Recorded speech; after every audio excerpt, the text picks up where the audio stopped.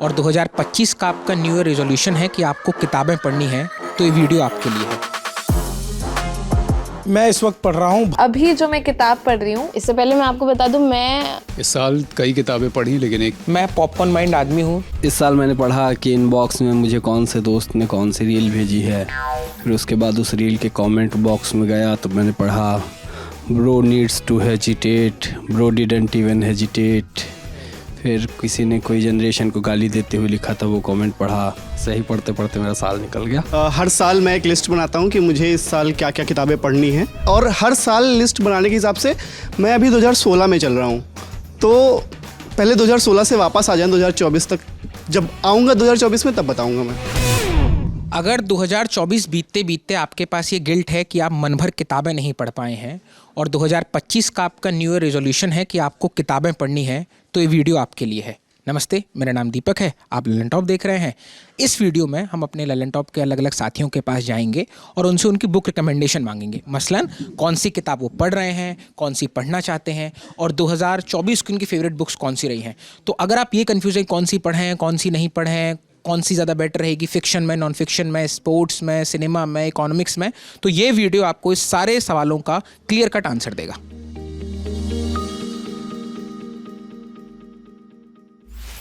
मैं इस वक्त पढ़ रहा हूँ भारत में कुंभ। हमारे गुरुजी हैं धनंजय चोपड़ा जी, उन्होंने किताब लिखी, बड़ी अच्छी किताब है। कुंभ पे बड़ी डिटेल जानकारी मिलती है उससे, और उसमें नागा साधुओं और जो अखाड़ों का इतिहास है और कैसे वो नागा एक उनको जो शस्त्र या शास्त्र योद्धा कहा जाता है, धर्म रक्षक कहा जाता है, तो वो किताब बहुत अच्छे से बताती है। बाकी मैंने इस साल 3 बायोग्राफीज़ पढ़ी जो आप पढ़ सकते हैं। एक मैंने पढ़ी चंद्रशेखर जी की है, चंद्रशेखर जी पे है रहबरी का सवाल। एक है द डिस्रप्टर जो है वो वीपी सिंह जी पूर्व प्रधानमंत्री, दोनों पूर्व प्रधानमंत्रियों पे बायोग्राफी है। एक और तीसरे पूर्व प्रधानमंत्री की बायोग्राफी हाफ लॉयन आधा शेर, हिंदी में उसका अनुवाद है, विनय सीतापति की किताब है, वो भी नरसिम्हा राव पे है। तो ये 3 मैंने बायोग्राफीज़ पढ़ी, आप इसको पढ़ सकते हैं। इस साल अभी जो मैं किताब पढ़ रही हूँ उसका नाम है कंसेंट बाय वनेसा स्प्रिंगोरा।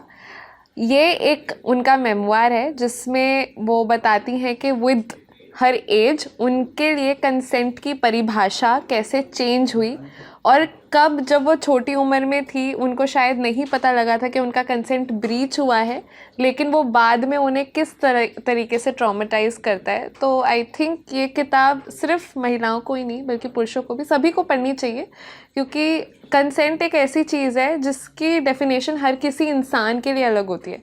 तो इस बुक के थ्रू आपको पता लग सकता है कि क्या क्या सर्कमस्टांसेस एक लड़की की ज़िंदगी में ऐसे होते हैं जो आपकी कंसेंट की डेफिनेशन को चेंज कर सकते हैं। तो it helps you to be more considerate towards different genders. तो इसलिए ये किताब मतलब मैं पढ़ रही हूँ और बहुत अच्छी किताब है। तो इस साल मेरा फोकस जो है आज़ादी के बाद के पॉलिटिकल हिस्ट्री को समझने में था, क्योंकि आज़ादी से पहले का हिस्ट्री तो हम लोग टेक्स्ट बुक में पढ़ लेते हैं, लेकिन उसके बाद के लिए जो है हमारे टेक्स्ट बुक में किताबें कम हैं। तो मैंने अलग अलग दशक को इसके लिए चुना, और एक किताब जो मुझे सबसे अच्छी लगी वो एक पत्रकार हैं तवलीन सिंह, उनका एक पॉलिटिकल अकाउंट है जो 70 के दशक और 80 के दशक के भारतीय पॉलिटिक्स को बहुत अच्छे से समझाता है। किताब का नाम है दरबार। दरबार आपको इसलिए पढ़नी चाहिए क्योंकि पहली वजह तो ये है कि जो उसकी लेखक हैं उनकी जो परवरिश हुई है वो बिल्कुल इंडिया के पॉलिटिकल कॉरिडोर्स में हुई है, तो वो आपको बेहतरीन इंसाइट्स मिलती है। किताब इमरजेंसी से थोड़ा पहले के समय में स्टार्ट होती है और राजीव गांधी के मरने तक के टाइम पीरियड को कवर करती है, तो वो एक मस्ट रीड है। इसके अलावा एक किताब है ट्यूसडे विथ मॉडी, वो आपको ज़रूर पढ़नी चाहिए। ये जो है एक किस्म का संवाद है एक प्रोफेसर और उसके एक स्टूडेंट के बीच में। एक स्टूडेंट होता है जिसके ऊपर उसके प्रोफेसर ने बहुत अच्छी छाप छोड़ी होती है, और वो फिर उस प्रोफेसर से उनके आखिरी दिनों में जाके दोबारा से मिलता है, और फिर हर मंगलवार जाके उसके साथ उसकी मुलाकात होती है, और फिर जीवन के अलग अलग पहलू पे दोनों बात करते हैं। बेहतरीन किताब है। तो अभी जो मैं किताब पढ़ रहा हूँ वो स्टीफन किंग की किताब है ऑन राइटिंग। तो जिन लोगों को लेखनी की जो विधा है कि लिखते कैसे हैं, कैसे लिखना चाहिए और एक लेखक उसके बारे में क्या बताते हैं, वो इस किताब को पढ़ सकते हैं। और 2 तरह के जैसे लेखक होते हैं, एक आर मार्टिन है जो एक किताब लिख के फिर उसको आधा छोड़ देते हैं और फिर दूसरी किताब उठा लेते हैं कि अब मैं दूसरा, अब 1 साल इंतज़ार करो, पाठक इंतज़ार कर रहा है। और एक राइटर होते हैं स्टीफन किंग की तरह जो डेली बैठकर नियमित लिखते हैं। तो अगर आप ये जानना चाहते हैं कि उनका लिखने का प्रोसेस कैसा है, तो आप इस किताब को रेफ़र कर सकते हैं। तो दीपक ने मुझसे पूछा है कि इस साल मैंने कौन कौन सी किताबें पढ़ी। इससे पहले मैं आपको बता दूं, मैं नॉन फिक्शन कम पसंद करती हूँ, मुझे नॉन फिक्शन किताबें पसंद नहीं आती, मुझे फ़िक्शन किताबें अच्छी लगती हैं। तो इस साल मैंने फ़िक्शन ही पढ़ा है और अगले साल की भी प्लानिंग यही है। इस साल 2-3 किताबें पढ़ी जो मुझे मेरा सार थी और मुझे बहुत अच्छी लगी। पहली, लोग अक्सर पूछते हैं कि थ्रिलिंग कुछ अच्छा हिंदी लिखा नहीं जाता और हिंदी में कुछ मर्डर मिस्ट्री टाइप अच्छा नहीं होता। तो मैंने जो मेरे किताब हाथ लगी वो थी श्री लाल शुक्ल की लिखी हुई आदमी का जहर। श्री लाल शुक्ल वही जिन्होंने राग दरबारी जैसी कालजयी उपन्यास लिखा। तो उनकी एक किताब थी, बेसिक सी कहानी है बहुत, देखने में ऐसा ऊपर ऊपर से लगता है कि एक बहुत सुंदर वाइफ होती है और उसका हस्बैंड उस पर शक करता है, फिर एक दिन उसका पीछा करता है और जाता है उसे एक कमरे में पकड़ लेता है और फिर गुस्से में बंदूक तानता है और उस आदमी को गोली मार देता है। आपको लगेगा कि केस तो ख़त्म हो गया, उसी ने मारा है, लेकिन ट्विस्ट तब आता है जब पता चलता है कि वो उस आदमी की मौत गोली की वजह से नहीं हुई है। तो ये एक बहुत बहुत अच्छी है और बहुत इंगेजिंग है, बहुत फास्ट पेस है।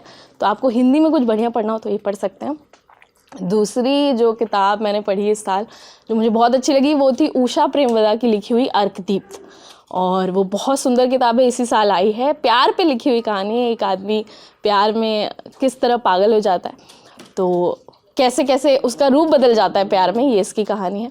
तो बहुत ही शानदार किताब है, आप सभी को पढ़नी चाहिए। राहुल सांकृत्यायन की किताब है वोल्गा से गंगा, बहुत ही शानदार किताब है। हिंदी बहुत थोड़ा आपको डिफ़िकल्ट लगेगी, तो आपको हो सकता है कि हिंदी की जो शब्दावली है उसके लिए आपको इंटरनेट या किसी से मदद लेनी पड़े, पर बहुत शानदार किताब आपको पढ़नी चाहिए। और जो मैं अभी किताब पढ़ रहा हूँ वो मेरे साथी हैं अभिलाष, उन्होंने सजेस्ट की थी, तो दोनों किताबें आपको पढ़नी चाहिए। 100 ईयर ऑफ सॉलिट्यूड आप नेटफ्लिक्स सीरीज़ देख सकते हैं, उसके बाद आपको अच्छा लगे तो किताब भी पढ़ सकते हैं। क्योंकि मैं हिस्ट्री का शो लिखती हूँ, तारीख तो मेरी जितनी भी बुक्स हैं जो मैंने अभी तक पढ़ी है वो ऐसे हिस्ट्री से रिलेटेड है। तो ये जो बुक है the last Mughal fall of dynasty, ये विलियम डैरम्पल की बुक है जो ब्रिटिश हिस्टोरियन है। अगर आपको मुगल डायनेस्टी के बारे में पढ़ना है कि उनका पतन कैसे हुआ, आगे के शहजादे और शहजादियों के साथ क्या हुआ, फेवर्स क्या दिए ब्रिटिशर्स ने उन्हें, तो ये वाली बुक बेहतर है। और फिर gentleman spy master RN cow की बुक है। अगर आपको RNAW जो research and analysis wing India की जो RNAW है उसकी जो फर्स्ट चीफ थे RN काउ, इनके बारे में अगर आपको जानना है तो ये बुक बहुत अच्छी है। वो कहते हैं ना कि होनहार बीरवान के चिकने पात, बचपन में ही पता चल जाता है कि वो लोग कितने होनहार हैं। तो ये बचपन की जितने भी क्रियाकलाप हैं उनके, ये जानने के लिए आप ये बुक पढ़ सकते हैं। फ़िलहाल मैं एक 24 अकबर रोड जो है ये रशीद किदवई की बुक है और वो खुद भी जर्नलिस्ट रह चुके हैं, टेलीग्राफ के एसोसिएट एडिटर, तो वो भी बुक मैं पढ़ रही हूँ। वो इमरजेंसी के बाद जो कॉन्टेम्प्रेरी कांग्रेस थी उनकी स्टोरीज़ हैं। इस साल कई किताबें पढ़ी, लेकिन एक किताब जिसका अभी मैं इस वीडियो में जिक्र करना चाहूँगा वो है अशोक पांडे की लपू झन्ना। कई किताबें पढ़ी, वो कुछ राजनीति पर भी थी, कुछ अलग अलग सोशल इश्यूज़ पर थी। पत्थलगड़ी भी पढ़ी इस साल कमलेश की, वो भी अच्छी लगी। लपू झन्ना का जिक्र मैं अलग से इसलिए कर रहा हूँ क्योंकि एक तो आपको अशोक पांडे की किताबें पढ़नी चाहिए, उनकी और भी किताबें, उनका नाम ढूंढिए, खुद ढूंढिए और पढ़िए। दूसरी बात कि लपू झन्ना शब्द के भी बहुत रोचक शब्द है, इसका लोग अलग अलग व्याख्यान कर सकते हैं। मैं लपू झन्ना का शब्द जो मैंने इसका ज़्यादा वाक्य प्रयोग सुना वो इस संदर्भ में रहता है कि किसी व्यक्ति को ये बताने के संदर्भ में कि यार बड़ा अस्त व्यस्त सा लस्त पस्त सा है, तो कैसा लपू झन्ना सा है। लेकिन किताब के अंदर आपको क्या मिलेगा, किताब के अंदर आपको रामनगर की एक कहानी मिलेगी, उसके कुछ बच्चे मिलेंगे, एक बहुत अच्छा दोस्त मिलेगा जो तुतलाता है, जो कहता है अले बेटे, इस तरह से बात करता है, जो लेखक के बचपन का दोस्त भी है। और कुछ स्कूल जाती बच्चियां मिलेंगी जिन्होंने रिबन लगा के चोटी कर रखी है। और पहाड़ों के अच्छे अच्छे किस्से मिलेंगे, ऐसे किस्से जिससे आपकी आंखों के सामने बिल्कुल पहाड़ों का और उन छोटे छोटे प्यारे प्यारे गाँवों का दृश्य आ जाएगा। तो आपको लपू झन्ना मैं रिकमेंड करूँगा, पढ़िए। मैंने इस साल पढ़ी। इस वक्त मैं पढ़ रही हूँ अभिजीत बैनर्जी की छौंक, जो अभी नवंबर में रिलीज़ हुई है। बेसिकली ये इकोनॉमिक्स, फूड और सोसाइटी के बारे में बताती है और बहुत सारी अच्छी रेसिपीज़ हैं, तो इस वजह से मैं ये बुक पढ़ रही हूँ। बंगाली फूड स्पेसिफ़िकली इसमें बताया गया है, तो ये बुक मुझे बहुत इंटरेस्टिंग लगी, तो मैं ये पढ़ रही हूँ। इस साल मैंने बहुत सारी बुक्स पढ़ी हैं, जिसमें से अभी लास्ट थी अंटिल अगस्त, मार्केज़ की, वो पढ़ी मैंने। शाहू पटोले की the Dalit kitchens of Marathwada, वो पढ़ी मैंने। और नीलांजना भौमिक की how not to be a super woman, ये बहुत अच्छी किताबें हैं, आप इनको पढ़ सकते हैं। इस साल मैंने किताब पढ़ी है मेक एपिक मनी, अंकुर वारिको की, हमारे यहाँ किताब वाला हुआ था तब उसके चक्कर में पढ़ी थी मैंने। बट वो उन लोगों के लिए किताब है जो अपनी 20s या 30s में है, या फिर जिनको पर्सनल फाइनेंस के बारे में इतना वीडियोस देख देख के थक गए हैं और समझ नहीं आ रहा है, खिचड़ी बन चुके दिमाग में, तो उन लोगों के लिए वो एक स्टेप वाइज अच्छा इनिशिएटिव फ्रेमवर्क रखती है कि अगर मतलब बेसिक जो नए नए टर्म्स होते हैं उनसे आपको अवेयर कराएगी। इवेंचुअली डिसीजन आपको लेना है, बट कौन कौन सी चीज़ें, क्या स्टेप वाइज आप प्रिकॉशन ले सकते हैं, शुरू में क्या किन चीज़ों का ध्यान रखना चाहिए, वो उस बारे में वो किताब बताती है। और बहुत ही लाइट रीड है, बहुत लाइट रीड है। कैलकुलेशंस दिए हुए हैं, कुछ एक्सेल शीट क्रिएट करने का तरीका दिया हुआ है, ऑर्गेनाइज तरीके से आप अपने पैसे को कैसे इन्वेस्ट कर सकते हैं या रख सकते हैं या सेव कर सकते हैं, जैसी तमाम चीज़ें बताई हुई हैं इस किताब में। तो मैं इस वक्त एक किताब है एस हुसैन जैदी की फ्रॉम डोंगरी टू दुबई। उस किताब में जो माफिया राज था, दाऊद इब्राहिम और छोटा राजन वगैरह मुंबई में जो पनपे, उनके बारे में डिटेल है, तो अभी वो पढ़ रहा हूँ, तो उसकी ज़्यादा बात नहीं करेंगे। एक किताब जो मैंने पढ़ी इस साल, शेन वॉटसन जो ऑस्ट्रेलियन क्रिकेटर हैं, रिटायर हो चुके हैं, उनकी किताब का नाम है विनर्स माइंडसेट। तो उसमें कई किस्से हैं और वो किताब थोड़ी सेल्फ हेल्प टाइप भी है कि आप माइंडसेट कैसे ढालें। तो वॉटसन एक किस्सा डिस्कस करते हैं 2010-11 की एशेज़ का एक 3rd टेस्ट हो रहा था पर्थ में। तो उस टेस्ट में वॉटसन 95 पे खेल रहे थे और वो बताते हैं कि उसी वक्त उनके दिमाग में वो प्रेजेंट में नहीं रह पाते हैं। वो अभी सोचते हैं कि सेंचुरी कैसी लगाई जाए, मैं चौका मारूं या छक्का मारूं। एक ड्रीम पूरा हो रहा है। वो उनकी एशियस की पहली सेंचुरी होती, और Asia's is like India Pakistan का, जैसे आप लोग बताए कि इंडिया पाकिस्तान की राइवलरी है, वैसे इंग्लैंड और ऑस्ट्रेलिया की भी है। और एक सीधी गेंद आती है इंग्लैंड के पेसर क्रिस ट्रेमलेट की, और वो LBW आते हैं 95 पे ही, उनका शतक नहीं बनता है। तो वो रिलेट करके उन्होंने बताया है कि कैसे माइंडसेट को आप ढालते हो। इस साल जो मैंने किताबें पढ़ी हैं उसमें पहली किताब है ओम प्रकाश वाल्मीकि की जूठन।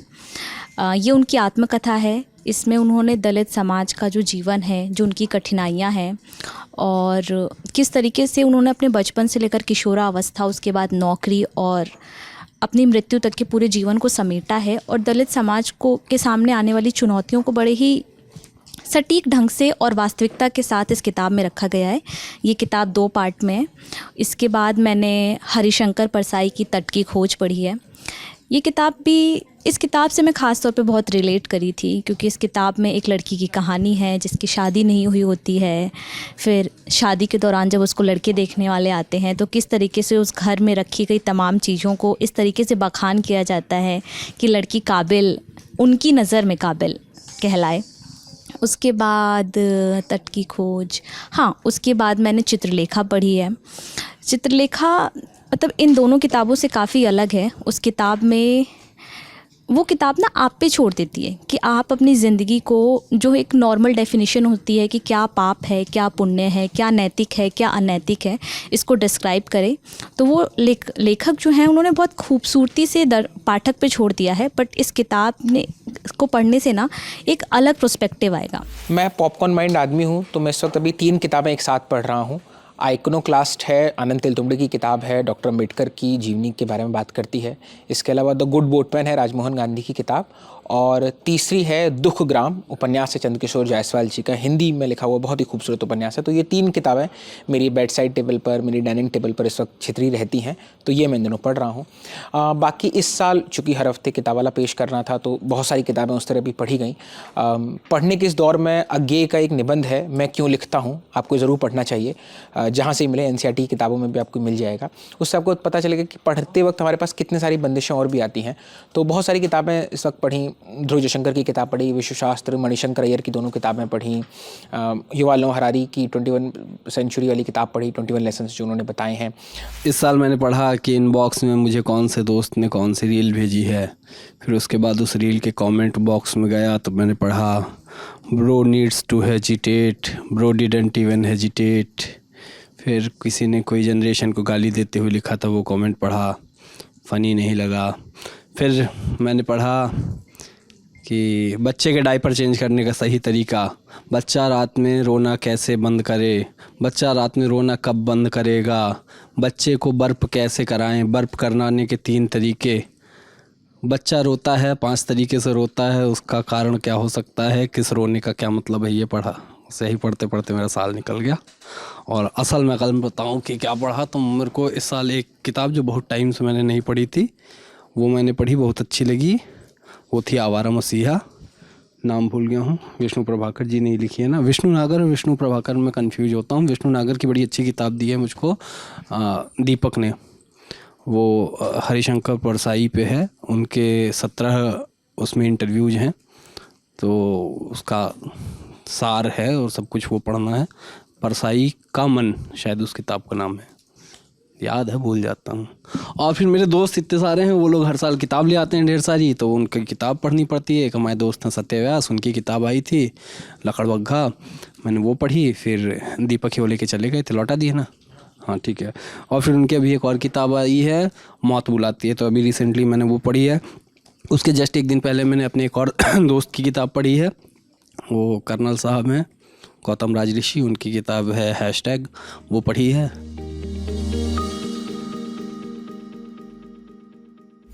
और जो इस साल की सबसे फेवरेट किताब मेरी रही है, जो मुझे बहुत पसंद आई है, वो रही है बिल ब्राइसन की a short history of nearly everything. अब मैं तो कहता हूँ बिल ब्राइसन की कोई किताब मिले आप उठा लीजिए, डाउन साउथ मिले उठा लीजिए, notes from a big country मिले तो उठा लीजिए।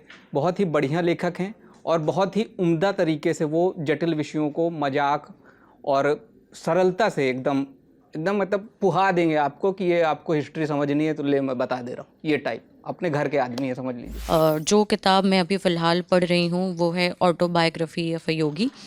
अगर आप थोड़ा सा इन चीज़ों में इंटरेस्ट रखते हैं कि आप अपने आप को समझना चाहते हैं या फिर कैसे ये चीज़ें वर्क करती हैं, बहुत ज़्यादा एक्सप्लोर करना चाहते हैं थोड़ी सी स्पिरिचुअलिटी वाले फैक्टर को, तो मैंने ये किताब बहुत लोगों से रिकमेंडेशन में सुनी थी, तो मैंने ये पढ़ रही हूँ। इस साल की जो मेरी सबसे पसंदीदा किताब रही वो थी things that can and can not be said. It is a book by Arundhati Roy. 2 reason के ये मेरी पसंदीदा किताब रही। पहला ये कि ये एक बहुत छोटी किताब है, तो बिल्कुल भी ज़्यादा समय नहीं लगा पढ़ने में, और ये एडवर्ड स्नोडेन का इंटरव्यू है बेसिकली, और कैसे वो अमेरिका से भागे, क्यों भागे, और उसके ऊपर ये थोड़ा इन्वेस्टिगेटिव किताब है, और कैसे हेजेमनी आपको इफ़ेक्ट करती है। मतलब अगर आप इंडिया में भी रह रहे हो तो यूएस का कैपिटलिज्म और हेजेमनी आपको कैसे इम्पैक्ट कर सकती है, ये किताब उस बारे में है। तो एडवर्ड स्नोडेन ही इस बुक में बहुत अच्छे से ब्रेक डाउन करते हैं वो चीज़ कि क्या क्या चल रहा है जो हम शायद समझ भी नहीं सकते as normal people, like as ordinary people, शायद वो हमारे दिमाग में भी नहीं आएगा, पर Edward Snowden being a part of NIA ये बहुत अच्छे से ब्रेक डाउन करते हैं। वैसे पहली किताब जो मेरी जाने मुझे बहुत ज़्यादा पसंद आई वो है होमी जहांगीर भाभा पर लिखी हुई एक किताब है, आपको उसको देखना चाहिए। दूसरी एक किताब, आपको यहाँ सारे कवर फोटो मिल जाएंगे। दूसरी किताब है काल के कपाल पर हस्ताक्षर, ये हरिशंकर परसाई की जीवनी है। इसमें आपको काफ़ी दिलचस्प जानकारी हरिशंकर परसाई के बारे में आपको मिलेगी इसमें। इसके अलावा अटल बिहारी वाजपेयी पर अभिषेक चौधरी की किताब है, उसको आप ज़रूर देखें। वो वाजपेयी जी पर जितनी अभी और जीवनियाँ, जितनी और किताबें लिखी गई हैं, उससे इतर एज अ पॉलिटिशियन और एज अ पर्सन उसकी जीवनी को बहुत अच्छी तरह से वो दाखिल करती हैं। तो एनी गिवन डे में पॉलिटिकल बायोग्राफीज़ का शौकीन हूँ तो मोहसिन नकीवी की किताब हो सकती है, सुशील कुमार शिंदे जो हमारे गृह मंत्री थे उनकी किताब आई थी, भारत के गृह मंत्री जो रहे थे। तो इस तरह से खूब सारी किताबें पढ़ी गई, हिंदी अंग्रेजी दोनों में। तो मैंने 1-2 किताबें मंगा रखी हैं। मैं हो सकता है कि इस मामले में थोड़ा सा पिछड़ गया। एक तो मैं सोफ़ी का संसार पढ़ने वाला हूं, और चूँकि थोड़ा दर्शन को समझना है तो इसको पढ़ूंगा। और मैंने सेपियंस भी नहीं पढ़ी है, तो मैं सेपियंस जो नोआल हरारी हैं उनकी किताब है उसको पढ़ूंगा। इस साल जो मैं पढ़ने चाहती हूँ, जो किताब मेरे हाथ में है, वो है भगवती चरण वर्मा की लिखी भूले बिसरे चित्र। मैं उसे पढ़ रही हूँ और उसमें इलाहाबाद का भी जिक्र आता है, मैं इलाहाबाद की भी हूँ, तो वो मैं पढ़ना चाहती हूँ। काफ़ी मोटी किताब है, अभी शुरू किया है, बस शुरू के कुछ पन्ने। दूसरी जो किताब मैं पढ़ना चाहती हूँ वो ये यहीं रखी हुई है मेरे पास, ये शाहरुख खान की बायोग्राफी है आई गेस, ये मोहर बासु ने लिखी हुई है, अभी अभी आई है मेरे पास, तो मैं इसे पढ़ना चाहती हूँ। फ़िलहाल तो इतना ही है मेरे पास, जो कुछ भी है, बाकी और पढ़ूँगी तो बताऊँगी। तो 2025 में मैं जो एक किताब आप लोगों को सजेस्ट करना चाहूँगा और जो मैं खुद भी पढ़ने वाला हूँ, वो है रॉबर्ट स्प्लॉस्की की बिहेव।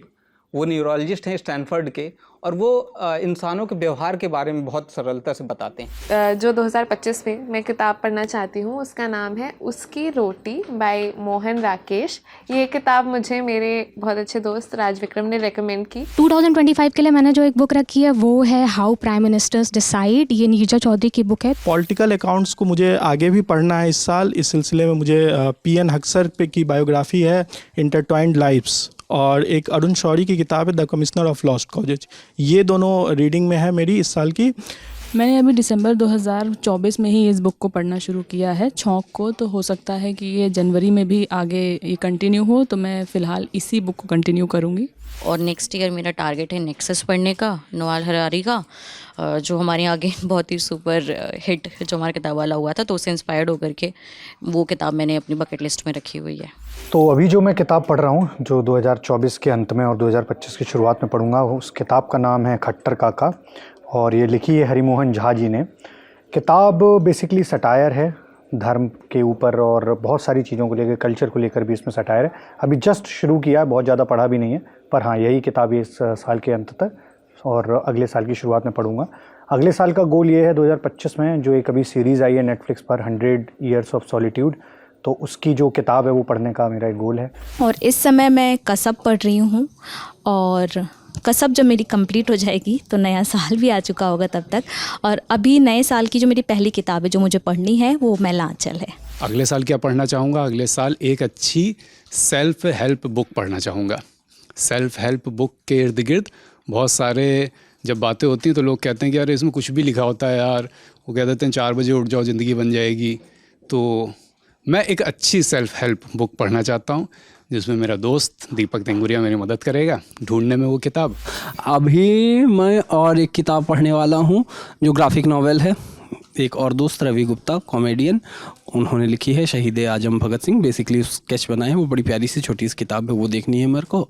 और फिर कुछ ढंग की किताबें जो रिसर्च के लिए पढ़ता हूँ, उसका नाम मैं बता नहीं रहा हूँ। आवारा मसीह आप लोग भी पढ़ लेना। बाय। पढ़ना है मुझे अगले साल। इस साल इंडिया के गुकेश चैम्पियन बने, तो मुझे चेस के बारे में और जानना है, तो उससे जुड़ी मैं किताबें पढ़ूंगा। अगर आप लोग का कोई रिकमेंडेशन हो जरूर बताइएगा, बाकी मैं सर्च करूँगा। हर साल मैं एक लिस्ट बनाता हूँ कि मुझे इस साल क्या क्या किताबें पढ़नी हैं, तो इस साल भी मैं एक लिस्ट बनाऊँगा। और मैं कुछ भी नहीं पढ़ पा रहा हूँ, और हर साल लिस्ट बनाने के हिसाब से मैं अभी 2016 में चल रहा हूँ, तो पहले 2016 से वापस आ जाए 2024 तक। जब आऊँगा 2024 में तब बताऊँगा मैं। 25 में मैं क्या पढ़ना चाहता हूँ? 25 में चाहता हूँ कि मैं इकोनॉमिक्स को थोड़ा मजबूत करूँ, तो उसके लिए 1-2 किताबें हैं जो मुझे देखनी है। सबसे पहले तो बेसिक पॉलिटी से शुरू करूँगा कि बेसिक ऑफ इकोनॉमिक्स में ऑक्सफोर्ड ने बहुत अच्छी शॉर्ट इंट्रोडक्शन की सीरीज़ निकाली है, तो वो देखना चाहता हूँ। इसके अलावा मार्केज़, कामू, काफका, इनका जो मिले जैसे मिले, बिल्कुल जैसे अखबार समोसा हम जिस अखबार पर रखकर खाते हैं, पढ़ने वाले वो भी चाट डालते हैं, बिल्कुल वैसे इनको पढ़ना है ताकि कुछ भी ना छूटे। निर्मल तो मैंने बहुत पहले पढ़ लिया है तो कुछ और उनको रिवाइज़ करूँगा क्योंकि उनको बिना पढ़े चैन नहीं आता है। तो यही कुछ रिकमेंडेशन है। इसके अलावा आप क्या पढ़ रहे हैं, आप क्या पढ़ना चाहते हैं, आपकी जानिब कौन सी सबसे पसंदीदा किताब है, वो हमें बुक रिकमेंडेशन हमें कमेंट बॉक्स में ज़रूर बताएं। ललन टॉप के साथियों की पेशकश आपको कैसी लगी, हमारे साथियों की बताई हुई किताबें आपको कितनी भाई, ये भी बीच बीच में साल भर में इस कमेंट बॉक्स में आकर बताते रहिएगा। बहुत शुक्रिया, आपने इस वीडियो को पूरा देखा। मेरे साथ कैमरे के पीछे थे अमितेश। Thank you. नया साल आपको बहुत मुबारक हो।